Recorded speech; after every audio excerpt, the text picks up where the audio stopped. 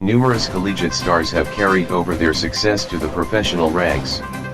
Each UAAP school has contributed its fair share of players who have established themselves as all-time greats in the PBA.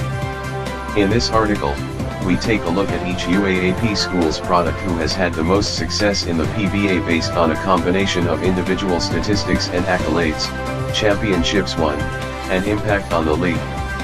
Just so we are clear here, we are looking at their PBA careers in this article and not their collegiate careers. UE Red Warriors.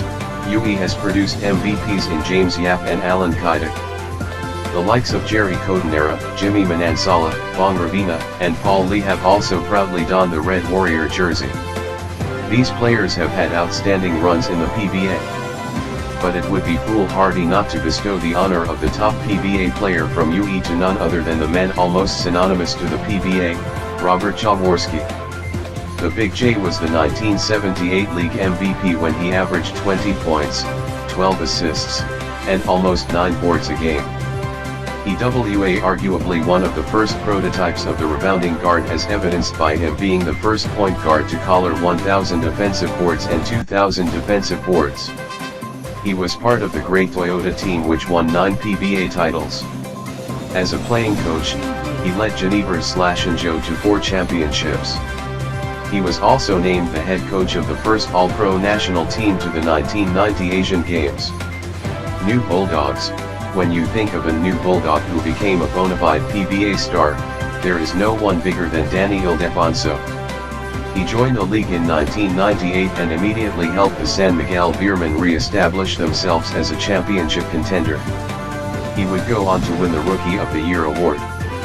The Demolition Man is one of only 4 players to have won back-to-back MVP honors. He was named Best Player in 5 straight conferences in a remarkable stretch from 2000-01.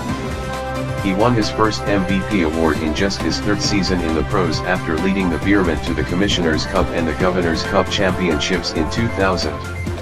He then swept the BPC the next season and was the anchor of the Beermen's All-Filipino title run. Adamson Falcons.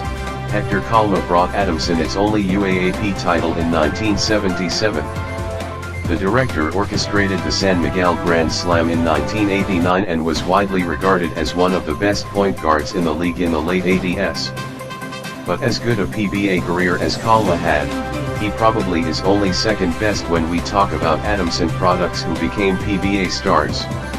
The top honors will have to go to Kenneth Duremdes. Captain Marvel's best years as a pro were spent with Alaska. He was named PBA MVP in 1998, the same year Alaska won the All-Filipino and Commissioner's Cup championships. He was finals MVP in those 2 title runs of Alaska. Duremdes would end his career with 6 titles, 2 Best Player of the Conference awards, 2 mythical first-team selections, and 3 mythical second-team selections. Tamaros. The UAAP's winningest team has certainly contributed a long list of players like Martz Aldana, Vic Pablo, Gary Esplana, and Terrence Romeo who have had stellar PBA careers. 2013 MVP Erwin Santos definitely has staked his claim as the King Tamaro who has had the best PBA career, if only there wasn't another player from Moreda who stood 9 inches shorter than Santos but had as much individual achievements and more championships. Johnny Averentos redefined the point guard position in the PBA by showcasing a combination of dizzying speed, guile, defensive prowess, and the ability to control a game. Averentos won the Grand Slam with Alaska in 1996 and was named that year's MVP. Averentos was also no slouch on defense as he was named 5 times to the All-Defensive Team. Fighting Maroons, this is a no-brainer. Benji Paras, the only player in history to win both the Rookie of the Year and the Most Valuable Player awards in the same year. There is a reason he was called the Tower of Power, and it was because when focused on his basketball career, Paras was simply a dominant force down low.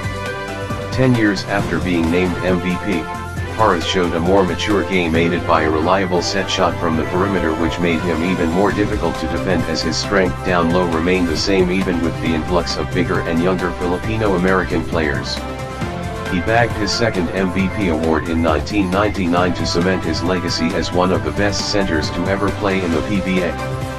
Harris would end his career with 4 titles and 5 mythical first-team selections.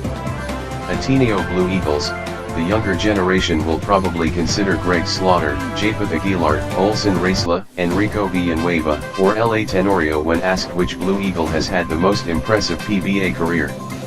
There has never been an Atenean who has won a PBA MVP award.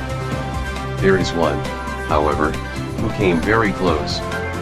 That man is Francis Arnaiz, who in 1975 was named by the media as the Basketball Player of the Year even if the MVP award went to Boggs Adornado. Arnaiz won the NCAA championship in his rookie year with the Blue Eagles. In the PBA, Arnaiz teamed up with Jaworski to form one of the best backcourt tandems the league has ever seen. Arnaiz was known as Mr. Clutch, which he best displayed with his deadly quick-release jumpers and looping layups. He made the mythical first team 3 times. Arnaiz was Toyota's most potent offensive weapon as he was the second player in history to score 5,000 points, a feat he accomplished in 1979, a year before Jaworski and Fernandez reached the same milestone. UST glowing Goldie/growling Tigers, from the pillars of España emerged so many outstanding basketball players. Dennis Espino, Danny Florencio, Bal David, Pito Gerencio, and Ray Evangelista are just some of the great ballers to come out of UST. But there is an undisputed name from UST who is one of the greatest to play in the PBA. He is William Boggs Adornado. Adornado won the MVP awards as part of the Kruiper Redmanizers in the PBA's first 2 seasons. He won his 3rd MVP trophy in 1981 while playing for UTEX. Adornado is one of the most potent scorers in the annals of the PBA. In his very first game in 1975, he scored 32 points. He reached the 2,000 points mark in 1976, just a little over a year after the PBA started.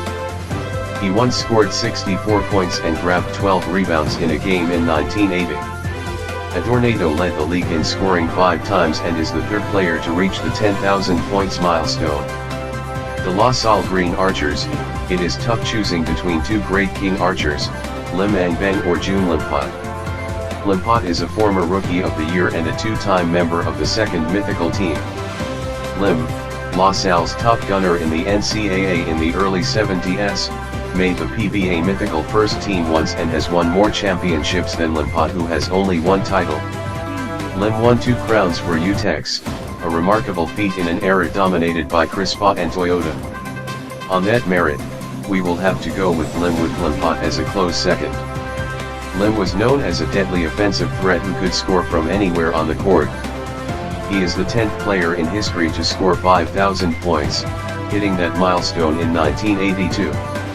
The broad-shouldered Lim had a mid-range jumper that has been described by former Manila Beer assistant coach Nimi Villegas as accurate as a dunk. Thank you for watching. Please don't forget to subscribe on this channel. This is your PBA TV, signing off.